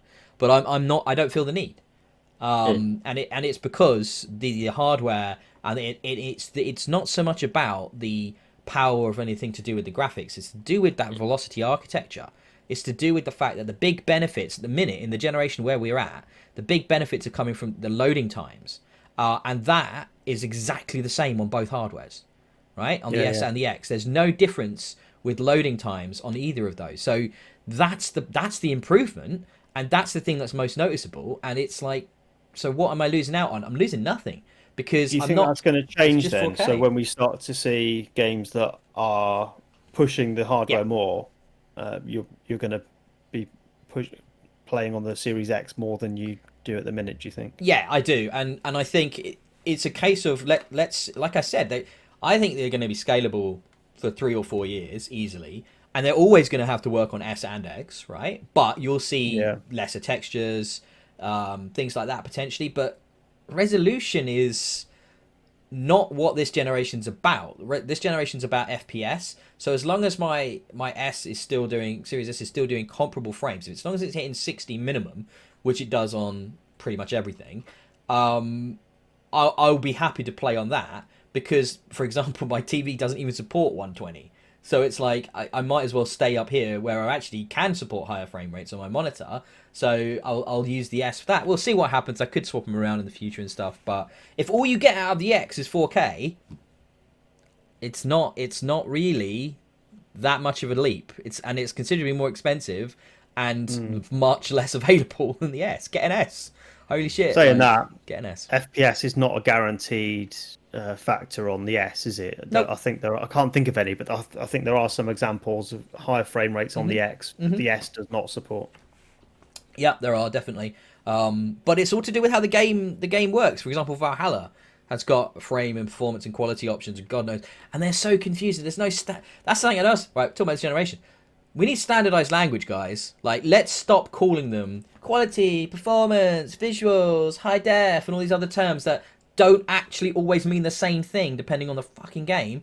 Give me PC specs, specification options in my options. Let me just pick resolution, frame rate, like I would in a PC game, so I understand what the hell I'm doing. Because Well, that's these where stupid Xbox has sliders gone, are the though, isn't it? worst. That's where Xbox has gone with some of the back compat stuff. So if you go into the settings now on if you download a game and if you go into a game on the dashboard and it's got some upgrades, you can turn them on or off, and it's labeled auto HDR, FPS boost, and you can just tick those boxes and you know exactly what it's going to do. No, but you don't. That's the thing. FPS boost could mean 30 to 60, or it could mean 60 to 120, or it could be 30 to 60 aiming for 120, or it could be 30 to 60 but drops to 40. You don't actually know. And well, it's going to increase the frame rate. It's not like quality. What quality of what? You know, it's frame rate related. It's better than that. Yeah. Yes, I agree with that. I still want numbers though. Yeah, because there's so much variation with the FPS boost games. You can't have that specificity there. You got to just have FPS boost, yes or no. Yes. It might not be stable within the game. It might target 120, but not get there all the time. So what would the number be? The problem is, though, the nature of FPS boost it isn't just turned on for everything by default, right? So they are enabled and made compatible one by one. So they could surface those numbers with a bit of work. They could make that visible, and it could say to you, in this game, you will achieve between this and this at a cost of the resolution to this. Because most of them, when you turn FPS boost on, actually affects the resolution, right? It drops it from, say, a stable 4K. If it's a 30 at 4K game, it might drop down to a 1440 at 60 FPS, right? So this is one of the kind of pros and cons of FPS boost, which is why it's a toggle and not just turned on. So yeah, that's something that hasn't actually been communicated that well, I don't think, from Xbox. But they're all about the benefits and not about the cost. But fair play, you could show that information. There would be ways, because it is specific to the games. And I just think let's just keep going down to the PC route. If we're gonna do it, let's do it. Like, let's By that, turn these into PCs, basically. game on a PC. Sorry? By that logic, game on a PC. Yeah, sure. But I mean, there's no argument there. But then what's? But we're already 3/4 of the way there with all these options. Surely it just makes sense just to make I, these options visible to people. I always thought that the purpose of a console was that it was just pre-packaged and it just did it. You didn't have to fiddle. You didn't have to go through endless settings trying to figure out what this meant, what that meant. You just put the disc in or you fired the software up and it just did it. I mean, that was, but it isn't anymore. I mean, that's the thing. We're now a generation away from that being the case. I mean, when the mid-generational hardware refresh happened in the last generation, we moved away from that. That is no longer the case. Now, different hardware iterations have different effects on the games in different ways. I think it makes sense to make those changes more visible, so that I people think there's can still see a what they're dealing marked with. difference, though. There is a marked difference between what you expect on PC and what you expect on console, even with these variations. So I think the way I see it, on console, you're talking about benefits that you can add, and on PC, you're usually talking about compromises that you have to make. And that's the difference, is that on console, you absolutely need to have that stable lower benchmark where things just work because it's a console. And if you've got a slightly better console that can do it better, great. But you're not in that territory of a PC where you're thinking, this might not even run. How do I get it to work? And once we cross that threshold, then that's gone way too far. And I think we need to clearly I mark the differentiators between the two I platforms. do agree, but I mean, look at Cyberpunk, right? So that was Yep. released on old Xbox, and really, it should have been, it really doesn't. It was It almost like a shouldn't have PC been. release. It should not have been on that previous generation, right? And Yeah. and I think we're already there, Richard. I think, and this generation's actually going to make that worse because you're gonna, like you were talking about, incrementally things are going to get moved towards the Series X benchmark and away from the One, but they're still going to be releasing them there, even though the frame rate's sub 20 fucking frames per second. You know what I mean? It's gonna be grim. It's gonna be grim. There's gonna be a lot of confusion and a lot of unhappy people. I would imagine. But I feel like that seemed. I think we're already there. Cyberpunk shows us. Unless they all learn from Cyberpunk, and they're like, okay, we can't do that. It's almost like in their quest to make graphics super accessible, they've made them actually the opposite. Yeah, I liked Richard's mindset explanation between PC and console. It's like the difference between this is the benefits and this is mitigating the problems, which is kind of what you're doing on a PC, which is you're always trying to deal with your lowest element of your system, be it your processor, your hard drive, or your graphics card, or whatever. And I think that's a really interesting. I that's why I was a console gamer until just recently, because it was about accessibility. It was about not having to worry about that, and I couldn't agree more that is just one of the strongest selling points. But in this sort of chase for PC comparable, consoles, not in interface but in power, I should say, these manufacturers seem to be losing sight of that. And that's, well, you've only got to look at the confusion between how the PlayStation handles PS4 games and different versions of games and stuff. They're way behind even Xbox. And I'm as this generation shakes out, as we get into a year, we get into 18 months in, I'm wondering if things are going to get tidied up or if they're just going to get increasingly more complicated. What do you think? Complicated or tidied up, Rob?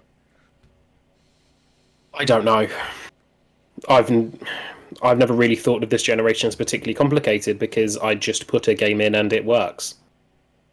But I guess you're ignoring all of the options, sort of thing. I've got a 4K capable console, I've got a 4K capable television, and I have a controller with batteries in it. So, yeah, what I'm all right. what if you're playing that game on your 4K console on your 4K television, but you don't turn on FPS boost, so you're playing it at a disadvantage, say in multiplayer, because you don't realise that you could be playing at 3 times the frame or double the frame rate that your competitor's getting because you just didn't turn it on. The FPS boost in that scenario, that I don't really care, to be honest. I want new and interesting games to be coming, not boost my old stuff. I'm aware that older stuff will be capped at lower FPSs and lower frames per second, and that's fine. That's what happens. As technology improves, these things edge toward becoming redundant. And unless they redo it in a live service way, like Destiny did with Shadowkeep, where they changed the FPS settings and they improved that, I'm alright, don't care.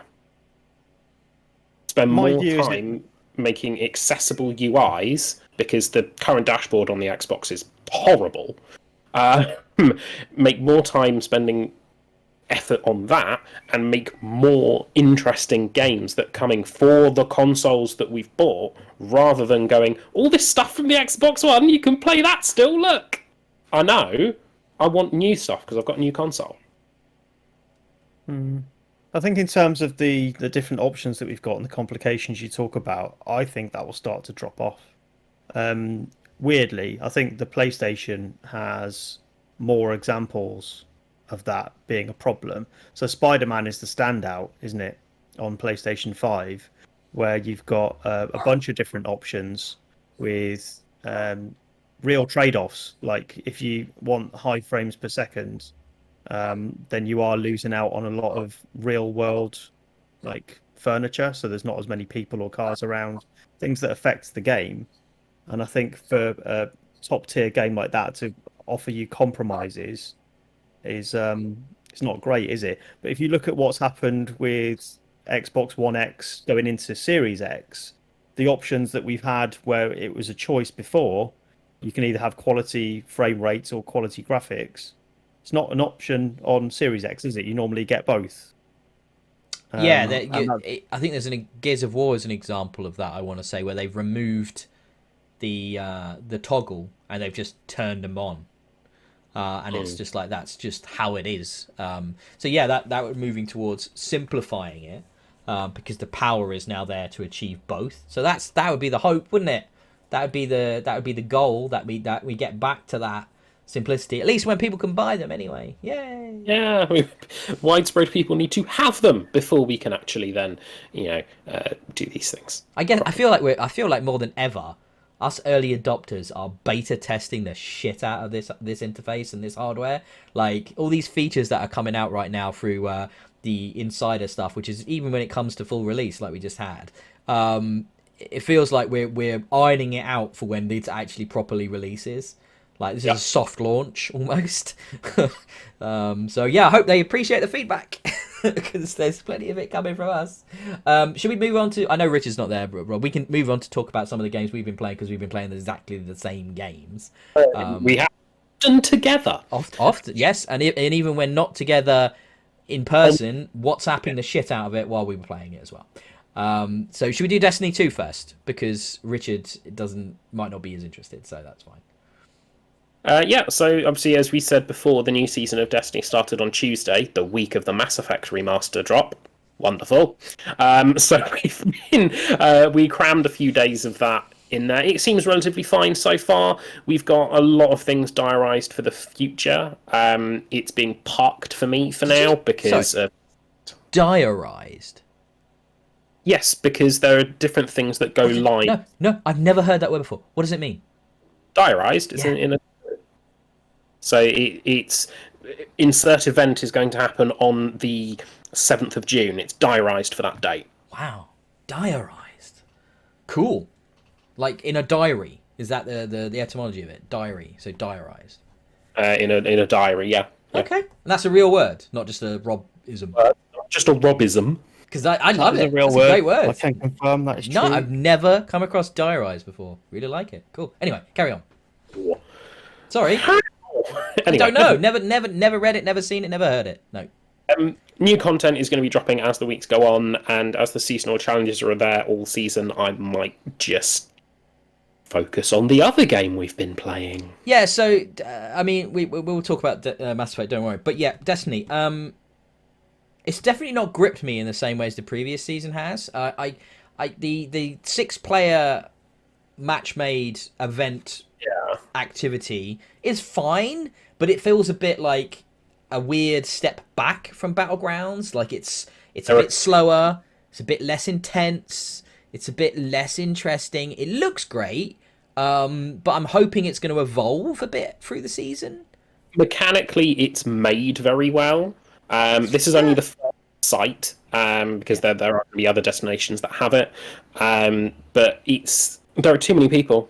That's what I struggle with. 6 is just a bit too many. 4, it would cap nicely at. Looks like Richard's ordered some alcohol, by the way, from Amazon, everyone, because he's got one of those. Looks like either a wine or a whiskey bottle box. So I'm excited. I think it is. The guy asked me for ID. Yes, Sorry booze! for disappearing. What booze have you got, Richard? I don't know what it is. Sarah's ordered it. Surprise booze. The guy asked me for ID, right? And he says, "Thanks for showing me." The last guy asked me to fuck myself.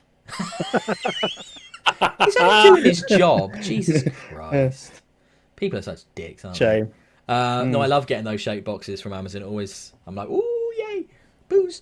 But Anyway. back to Destiny. Yeah, I know what you're talking about, the players thing. It's because Battlegrounds is 3 players, and obviously a crap ton of ads, and it felt hectic and exciting and engaging. I don't love in this new mode. What's the mode called, by the way? I keep calling it just Override. I don't love the Gambit style drops that you have to collect. I know you like your Gambit, and I don't mind that. But when there's 6 players all bum rushing like these drops, you almost feels like, well, I'll just stand here and let them do it because everybody else is running for it. So what's the point? If I'm either going to do this for me, I might as well just kill a few things. Yeah, and then the data lattice thing where you have to go through the portal and then you're racing other people because everybody needs these data lattices for the quests, like the weekly quests that are in there, and you're like, everybody's rushing, and it's all like, who can be stood in the right place at the right time to pick it up, so you can get it and drop it in the thing when you go back through the portal. With that portal, I've noticed when I've been playing games of it, it falls into one of 2 different scenarios.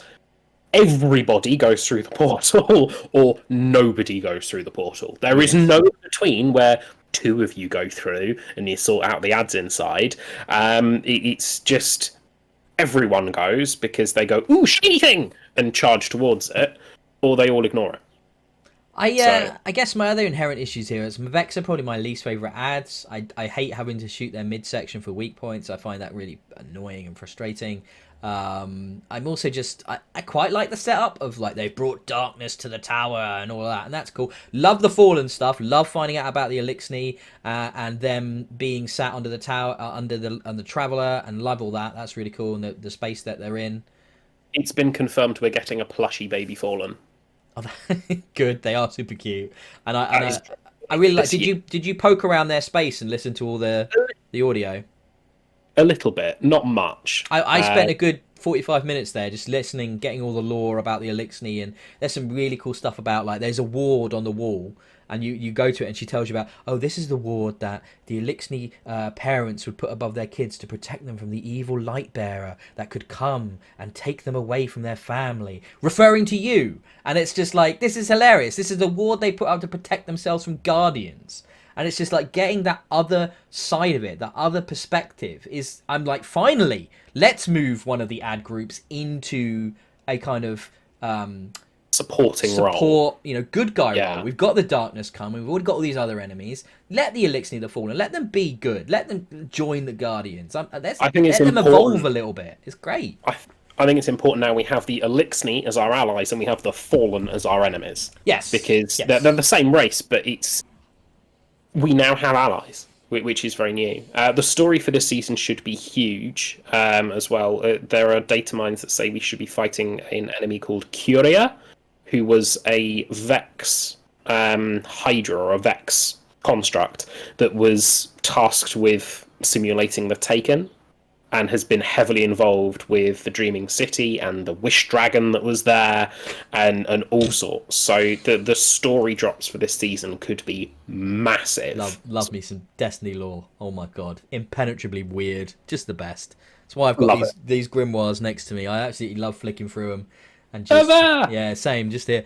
I love flicking through them and reading the odd bit, and it's just like, this is freaking insane. Nuts. Like, it's completely mad. Like, they just told the writers at Bungie, obviously, just to flipping go crazy. But it does all kind of work together as well. I don't know how they pull it off. It's weird.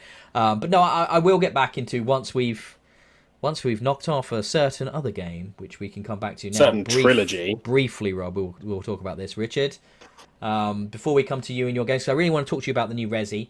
But we've been playing Mass Effect Legendary Edition, Richard. Mm-hmm. It's good.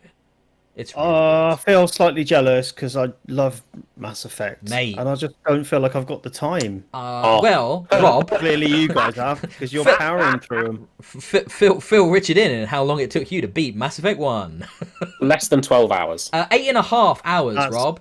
You did it in 8.5 hours. Not according to my save file. Oh, okay. Well, I was looking at your game played stats screen. Yeah, that's probably closer to be correct. Even 12 is fairly tremendous, isn't it? Yes. I don't know what you've missed out. All of it. doing it in 12 hours. Every side quest. Everything. Basically. All of the interesting bits. He just didn't. He didn't realize. Ignore the fanboy. Right. Basically, I was quite unprepared for the fact that it's not going to give you side quests, that you have to go and look for side quests. Yeah. So I just followed through the main story, going, oh, well, this is the mission it sent me on. I've got no side quests that have appeared for me to do at the moment, so it's fine. I will carry on. Oh, that's it done. What? I think That's very much the experience I had. for the sake of Did you this, not have any progression problems? Because you Nope, must be not one. under-leveled or... Nope. No. I was annihilating things in one shot with my sniper rifle. It Yeah. was... Yes. So, for the sake of this podcast, I'll say that the work they've done on 1 is incredible. It looks insanely good. Like the work that they've done to make it feel more modern and just the lighting and the textures and the resolution. It looks and the frame rate as well. Oh, Really, just though? insane. Are you saying that as where it's come from, or Yeah. is it honestly competent compared to... Oh, I mean, look, character design. Yeah, it's dated, I suppose, but like even then, the for example, one of the great examples was, you remember the Elcors, the big guys that like go that always say how they feel before they speak. Richard, you know, Yes. slightly consternated. Brr. My name is Paul. Hello, and it's like, you know, those guys. Deformed ears.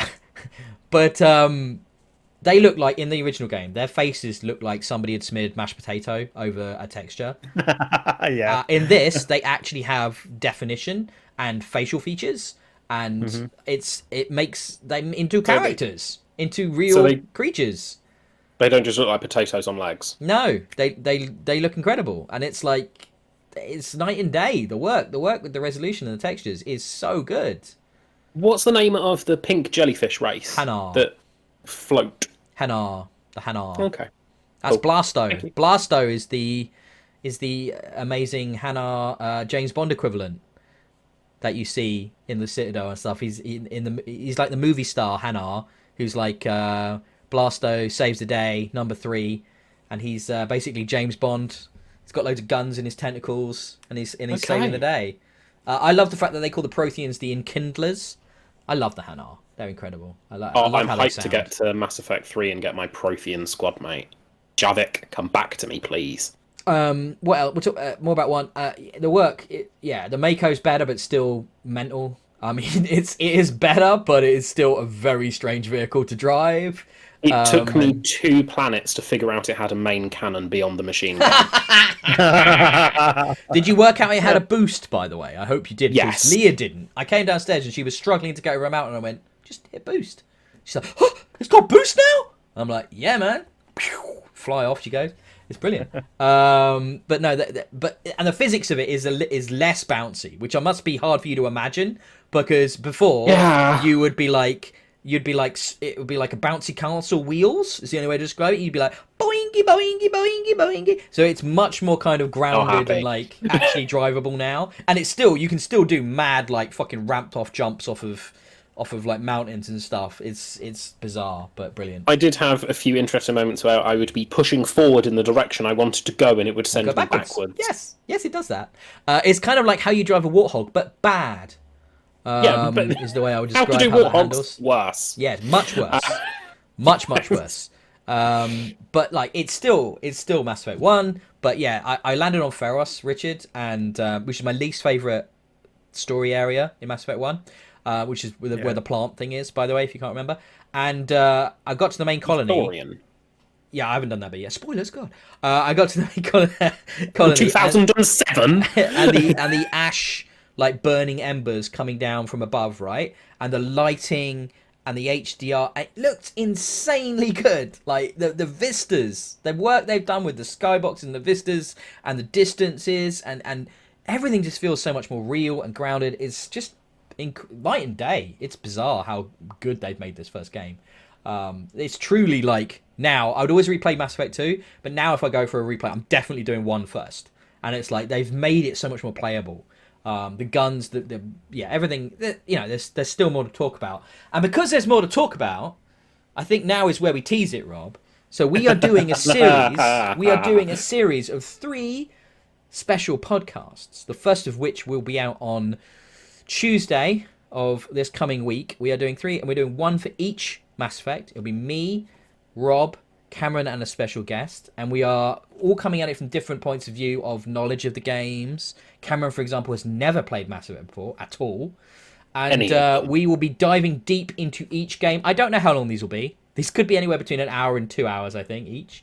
7. And I will be playing around with some video stuff as well for these and things. So please tune into that on the channel. Coming soon. Lots more Mass Effect talk.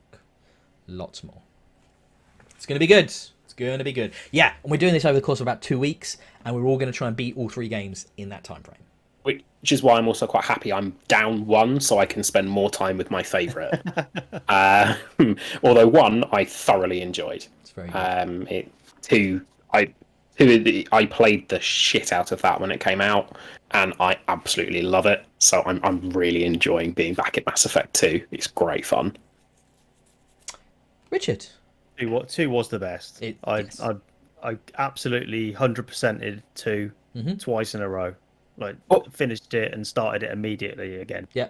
I've got all the DLC for 2 now because I didn't have that before. So did you not? That's I've now recruited Kasumi because I'd never met Kasumi before ever. And Mate, yeah, you've got Shadow Broker and everything to do. Oh, Shadow Broker great is... DLC in that. Make sure you do Shadow Broker. Oh my god.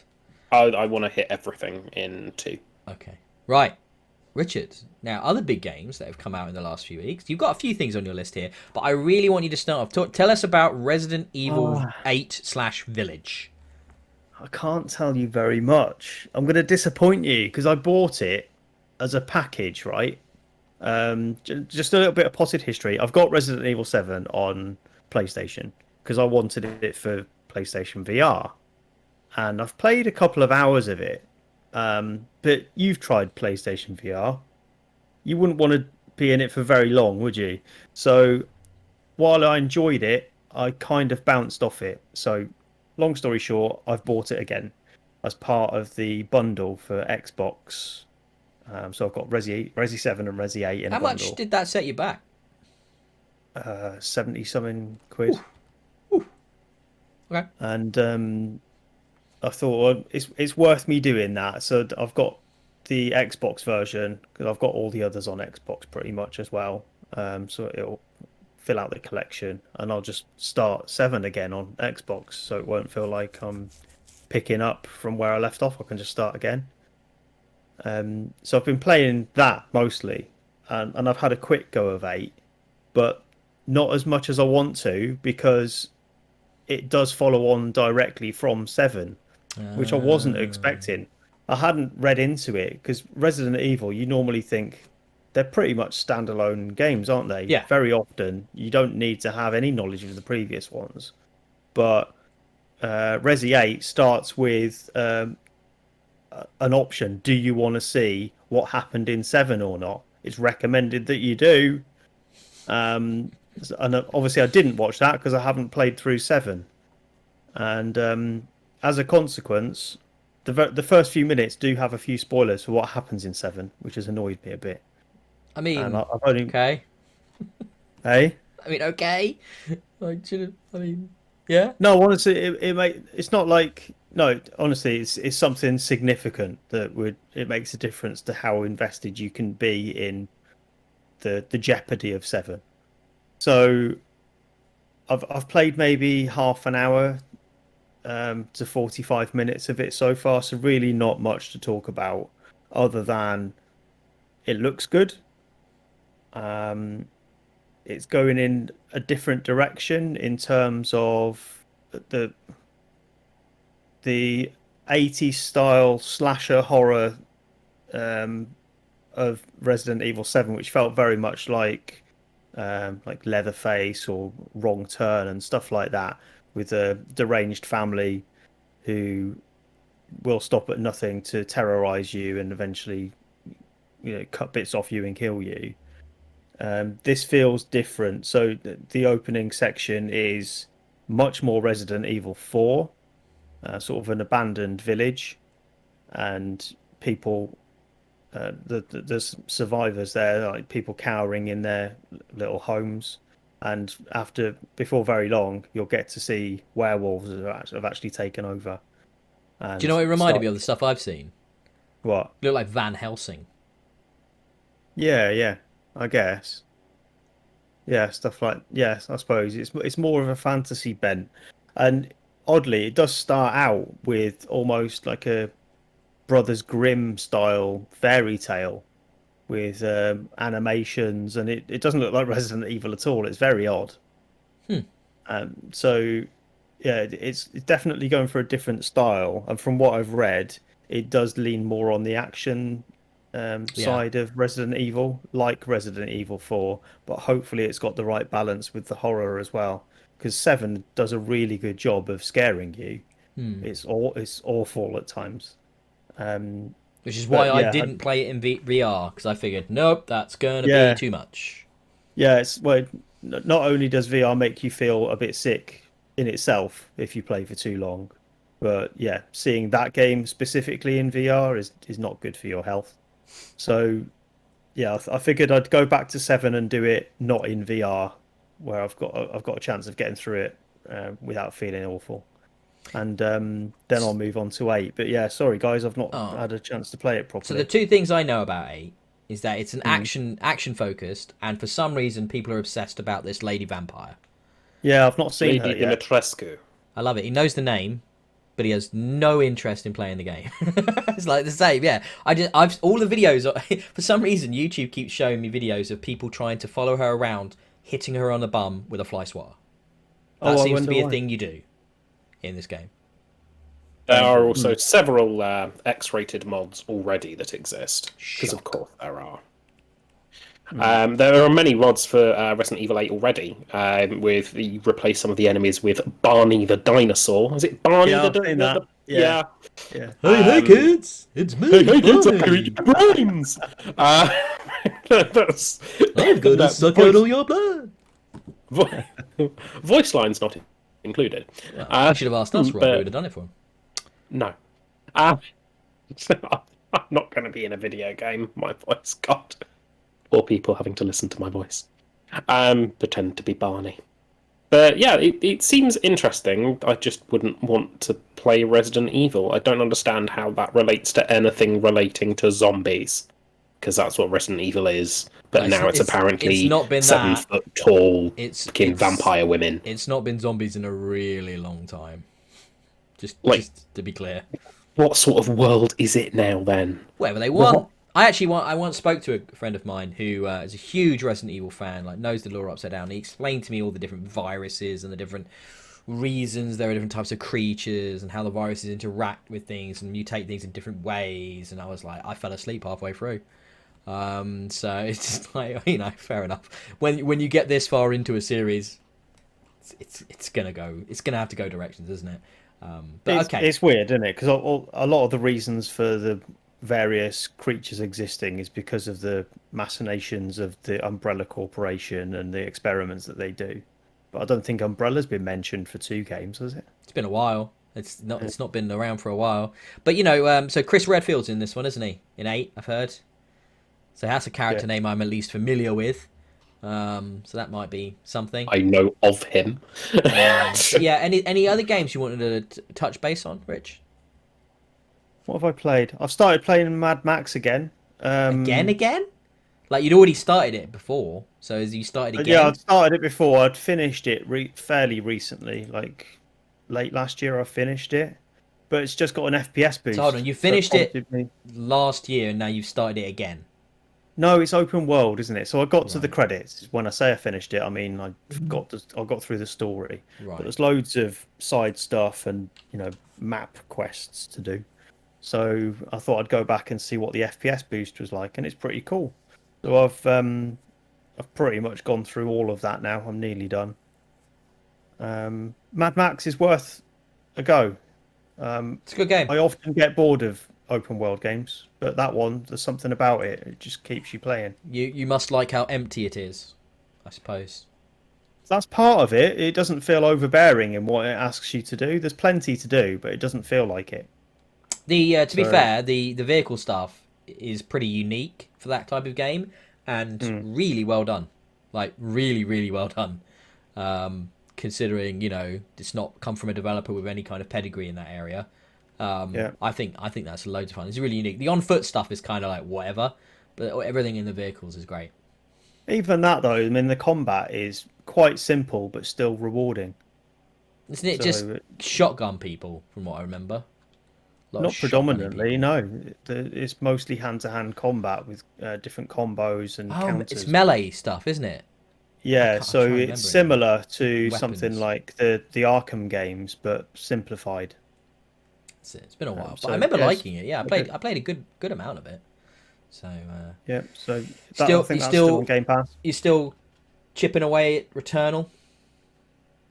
Yeah, Returnal's a funny one. So I've gone back to it after a week or so. I'd left it during the election time, and I wanted it to settle down because they kept patching it. They've patched it a few times, and obviously every time they do that, anyone that's got a run halfway on the go is screwed because as soon as you quit out of that game, that's it. You've got to start from the beginning again. So I've left it a while. I've done all the updates that I've missed, and I tried it again. I don't know whether it's the updates or it's me, but I'm having real problems getting anywhere near what I achieved when I first started it. But I think it's one of those games that, unless you're prepared to sit down for hours and really learn every corner of it and commit yourself to it, you're going to lose progress with it very quickly because you can't exactly trust muscle memory with it when your weapon loadouts change every game, the map changes every game. You kind of have to learn the rhythms of it by instinct, and that only comes with huge exposure. Hmm. So yeah, I think it's worth thinking about that for anyone that hasn't bought it yet. It's a fantastic game. It really is truly great. I love it. But unless you've got time to put into it, it's maybe unwise of an investment at £70. Fair enough. And I also finished Narita Boy, which we talked about on our Game Pass. Oh So yeah. I've Well, how does it completed that. all come together? It turns out all right. So we talked about the combat being a problem, didn't we, before, Hmm. and how it didn't quite. Being a bit flat and a bit one note. Yeah, like things didn't quite string together. It doesn't ever fully recover from that, but the move set does increase. So it feels like you've got something that every portion of the controller will do. So you've got the D-pad, which triggers different special attacks from people that you can tag in to come and help you. And there are different standard combat attacks, like there's a dash backwards before you lunge in with a sword move and uppercut moves and stuff like that. So it starts to feel more like Guacamelee, but never quite as connected as that. So yeah, interesting game. Not too long. I did end up doing it twice because I missed some achievements, but yeah, enjoyable. I love the dedication from Richard. So quickly then, before we wrap this up, are we going to pick a Game Pass game for 2 weeks from now? My I have vote. some suggestions. I keep suggesting Dead Space or one of the three, And Rob will keep and I saying, will "I'm never good. stop saying that. Can we pass on that, please?" Yeah, pretty much. Gears 5 was the other one because we've got the Hivebusters DLC, which I think is only about 3 hours and would be a cool thing to co-op. But Rob, I don't think you like that either. Psychonauts was the other one because we've got Psychonauts 2 coming at some point this year. I know nothing about Psychonauts, to be honest. I know I've heard of it extensively. Do you know what type of but game I've it never is? played it. No. So it's a 3D action platformer. I'll give And it a go. I've never played it either, Rob. But What?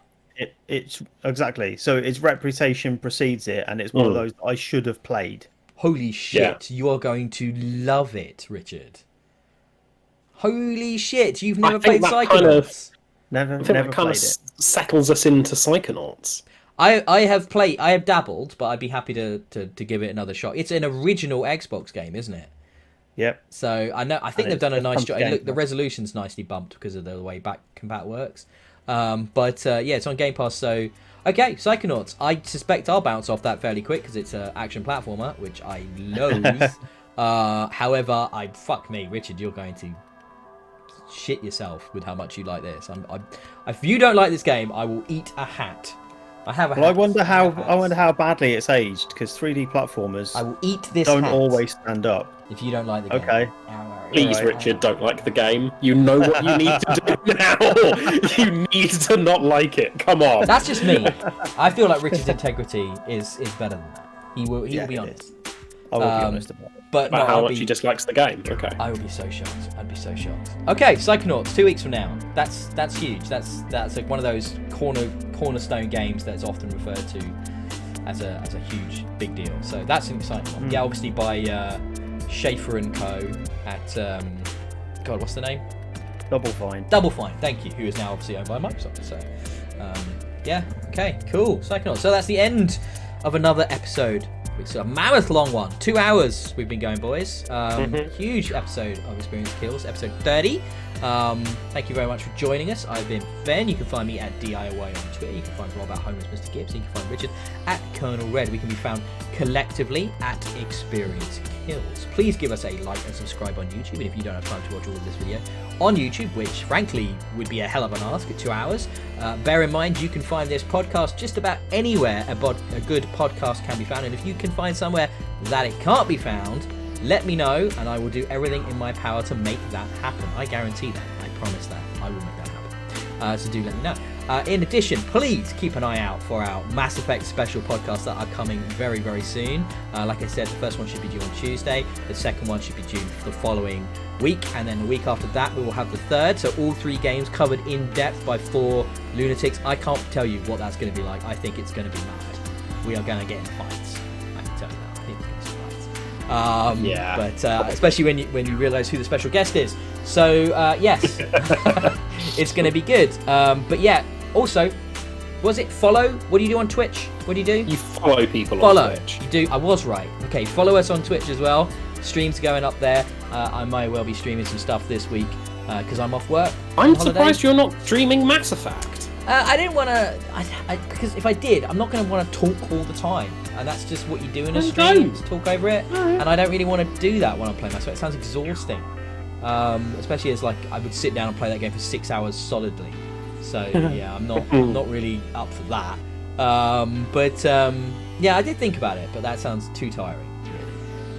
But yeah, we'll be back soon with lots more good video content. Keep an eye out on the channel, give us a tweet, give us a like, subscribe, leave us a comment. But until next time, adios. Adios. Bye.